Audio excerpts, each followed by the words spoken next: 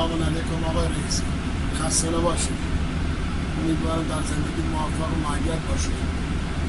این جانب اسقر آقلی دارای 10 هکتار زمین بیش از 1000 نخل خرما و موروثه پدری داشتیم.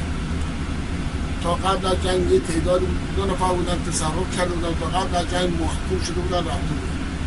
بعد از جنگ سال 69 رفتیم که به اصطلاح برای بازسازی نخلا و خونه ساختنمون تو بازسازی در آبادان متوجه هم 2 نفر دوباره اومدن چیکار کردن؟ اومدن تصرف کردن. ناچارم دادخواستیم دادگاه دادیم به اولی برای علیه شیخانی که اصطلاح 10 هکتار نخیلات و خرمای ما تصرف کرده. حالا این بماند که مراحلش به دادگاه و به دستور داستان جباری مطلوبی به کجا رسید، پس از این خدمت شما عرض میکنم. یا کنید تا این 28 سالی که ما دنبال این پرونده ها بودیم، پرونده بودیم از سال 69 تا حالا به کجا شکایت کردیم؟ یک، و کجا شکایت کردیم؟ به قوه قضاییه، به بازرسی رهبری، به حفاظت طلب قوه قضاییه، مجلس کمیسیون از نبرد، به کجا که خیلیشون شکایت کردیم. تمام این شکایت ها کردیم، فقط نامه جز نامه رد و بدل شدن هیچ کاری برای ما انجام نداده. در مورد پرونده شیخانی داستان زود فوراً پرونده رو به قرار من پیگست صادر کرد. اون به دلیلش بماند که به خدمت شما بعدا عرض خواهم کرد. گفت بری بر علیه شخص دوم شکایت که به دل شما رسیدگی میکنم. ما رد بر علیه حسن جاسم پورکنانی شکایت کردیم به دادگاه. با توجه به اینکه پرونده از سال 58 داشته، از سال 58 داشته تعهد داده دیگه نیاد، چون اون موقع کشاورز بوده، فلاح زمین عباس بغلانی پلاک 1748 بود. ایشون اون موقع مثلا نگاه کنید اینا که در سال 57 اینا محکوم شدن اینا رفتن. این هم دادخواست که دادیم به پاسگاه و در سال 70 برای کی؟ برای کنانی حسن جاسم بودن.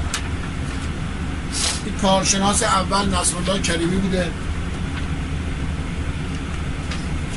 کارشناس ثبت اسناد بوده که رو پرونده شیخانی بوده، حدود عربه و کروکی زمین واقعی 1748 اصلی که متعلق به بغلانی بوده، بعد در دفتر 18 خرمشهر رفته شده به نام حسن جاسم پورکنانی.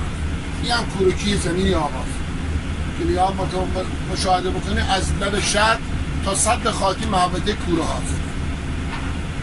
حالا ماجرا از این قرار بوده که عباس بغلانی بعد از که اول انقلاب اعدام میشه، چون حسن جاسم کنانی فلاح کشاورزی بوده، میرن دفتر خونه 18 خرمشهر سند 1748 اصلی به نام آقا میکنه. شما در حکما که نگاه بکنید سال 50 نامی از پلاک 1748 نبوده، چون ایشون کارگر فلاح کشاورز و کارگر کوره ها بوده اونجا. حدود تو زمین ما نزدیک کوره 2 اتاق گلی ساخته بوده، محکوم شده رفته بوده کنار. البته به زور فشار شیخانی که با ایشون تبانی کردوی که مثلا بیان زمین رو تصرف کنه که محکوم شد کنانی تعهد داد و رفت کرد. بعدش هم نگاه کنید زمین شهری جواب ما داده، گفته آقای عاقلی بره زمین عیانات به ثبت رسید. این هم جواب زمین شهری سال 70 به ما داده. این هم جواب کارشناسی ثبت اسناد کل آبادان که نگاه کنید نوشته بعد از زمین که به اصطلاح کنعانی به 1748 34 54 17 که زمین مابی باشد، یعنی بعد از زمین کنعانی به محوطه کورا 34 54 17 مابی باشد. این هم حکم بعد صادر شده، حکم صادر شده آبادان. این هم باقی مونده حکم، باقی مونده حکم که کنانی از زمین بره بیرون به 25 ضربه شلاق بوده. متاسفانه پس از چند سال که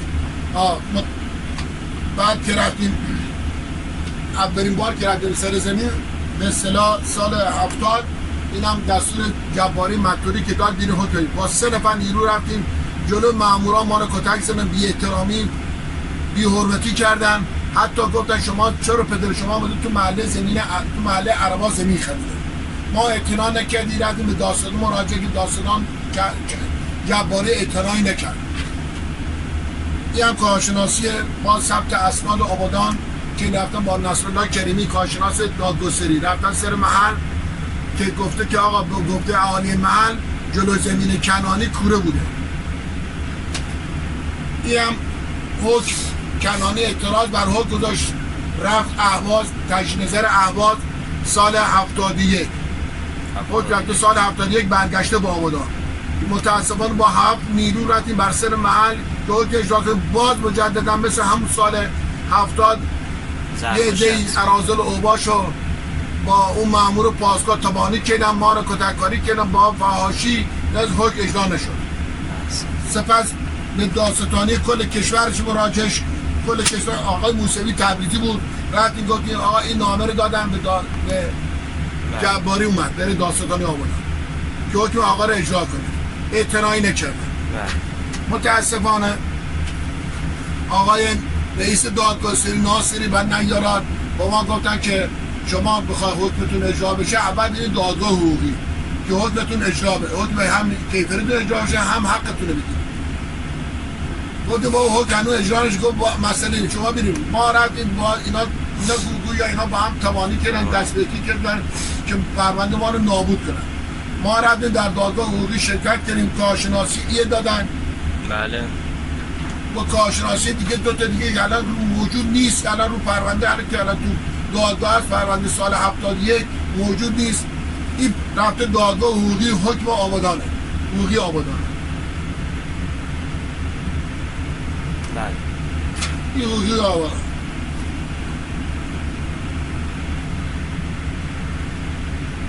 در این حکم برعکس شده، نوشته که عاقلی رفته زمین ادعای عاقلی رفتن زمین کنعانی شیخانی کردن. تو رو خدا شما توجه بکنید ببینید زمین کنعانی کجا شیخانی کنید. نگاه کنید این زمین زرد کوچیکی زدن اینجا، این مال شیخانی، اینجا لب شط بهمنشی یا رودخونه بهمنشی. از اینجا تا سر جاده اینجا که جاده که شیخانی اومده کاخ ساخته که اومده که شیخانی 950 متر. این آقا اومده کنعانی هم بیان زمین کنعانی از لب شط تا سد خاکی به معبد کورا زمین دولت پلاک 3454 عرصه دولت که 3454 17 مال ما می باشد. این دور خط قرمز زمین ملکی پیدری ماه. بعد این زردمان کنعانی یه خونه هم اینجا ساخته. اومدن رفتن گفتن که این به اصطلاح کنعانی زمینش تا اینجا تا سر جاده. ما هر چی گفتیم باور نکردن. دوباره کارشناس فرستادم بازم اعتنایی نکردن. دیگه هر چی دوندگی کردیم فایده نداشت. بعد 16 سال ما حالا هر چقدر در این 16 سال دنبال 2 پرونده کیفری اهواز و آبادان تجدید گشتیم پیدا نشد. هر چی گزارش شکایت هر چی گشتیم پیدا. گویا اینا اومدن در سال هم 71 رفتن پرونده تجدید نظر اهواز دزدیدن. بعد حتی دفتر اندیکاتور شعبه 11 اهواز تجدید نظر لاگ گرفتن که پرونده ما اصلا ما پرونده تجدید نظر وجود نداره. پس ما یه حکم که تجدید نظر اهواز از کجا و رفت آسان شخصی که به نام شخصی دیگه دارن رفته شهر شوش. این نامه شد که این هم نامه که به اصطلاح دولت آبادی دنبالش گشته، در سال 87 دنبالش گشته. آقای دولت آبادی رئیس دادگستری اهواز بوده، دنبالش گشته که پرونده بخونی کاملا نوشته که اصلا آشو با جاشو بردن، حتی اندیکاتور رو پاک کردن. این هم نامه مان حکم آبادان که دنبالش گشتن، بازم دولت آبادی تعقیب کرد دیگر. این هم حالا اینا همون سال 71 پرونده 2 تا پرونده کیفری جعلی درست کردن با کارشناسی که ما خبر نداشتیم. همه رو تکمیل کردن، پرونده رفت حقوقی. بعد از حقوقی چیکار کردم؟ رفته به جای ببره اهواز تجدید اهواز فوره فرستادنش کجا؟ دیوان عالی کشور. پای تایید شده برگشته آبادان که شما ادعای زمین اونا کردید. حالا شما نگاه کنید تو رو خدا این کوروکی نگاه کنید، تو رو خدا نگاه کنید، اینا میگه ما ادعای زمین اونا کردیم، اینا بالای زمین و کنعانیه، این هم شیخانی بالان، ما پایینیم. ما کی برگشت پلاک پشت سرم ادعا کرد که زمین ما، اینا گفته شما ادعا زمین، اونا بالای زمین ما. ببینید تا چقدر جهل و خیانت. بعد از دوندی همه جا فراوان به شکایت به هر جایی که بگی، رهبری مجلس چندین بار، آخر از طریق مجلس کمیسیون اصل 90 این نامه که از مجلس رفته به وزارت بهگیری تهران. بله. اینا که هم مجلس رفته، اینا کنید، اینا از مجلس رفته قوه قضاییه. بله. قوه قضاییه هم اهواز آبادان. قوه قضاییه کل کشور. بله. این هم نامه که بینید، این هم مجلس نوشته، برای من نوشته که برم مراجعه کنم قوه قضاییه. این هم نامه باز قوه قضاییه. ببین تا کجا من دویدم، تو چیکار کردم. بعد من خواستن رفتم کجا؟ 8/8/86 رفتم پیش آقای شیرج جانشین شاهرودی، رفتم اینا دستور داده، من گزارشی نوشتم دادم به شیرج که متاسفانه یا کنید دستوری که آقای شیرج داده سیری، یا کنید دستوری که آقای شیرج داده سیری. که همون موقع من بهش گفتم آقای شیرجی گفت یه لبه به من ایشون گفت تو چه خبرته اینقدر شلوغش کردی؟ گفتم بابا من اومدم در دلم به شما بگم، یا به من برگشت به من بی احترامی کرد، گفت برو آبادان بازی در نیار. من باز چون ریشم دیر بود سکوت هیچی ندارم.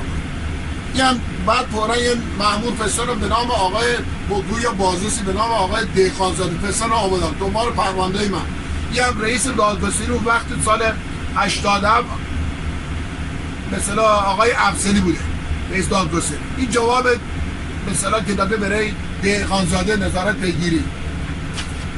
این هم بقیه شد نگاه بکنین، این هم پسر برای آقای دیخانزاده که ایشونو پس از همه بررسی و من خواسته تمام دونه 25 برگ پرونده که دزدیده شده آبادان و تجدید همه با همه کارشناس هر چی توشونه بردن، من یک توضیح دادم، ایشون بررسی کرد، حکم صادر کرد بره کجا؟ استان خوزستان. اینا این حکم که صادر کرد ماده 18 رفتم دستور دادن، رفتم ماده 18 فرستادم بره رئیس دادگستری آقای دولت آبادی. ایشون هم اومده بعد از همه، البته که دستور داد بره آبادان بره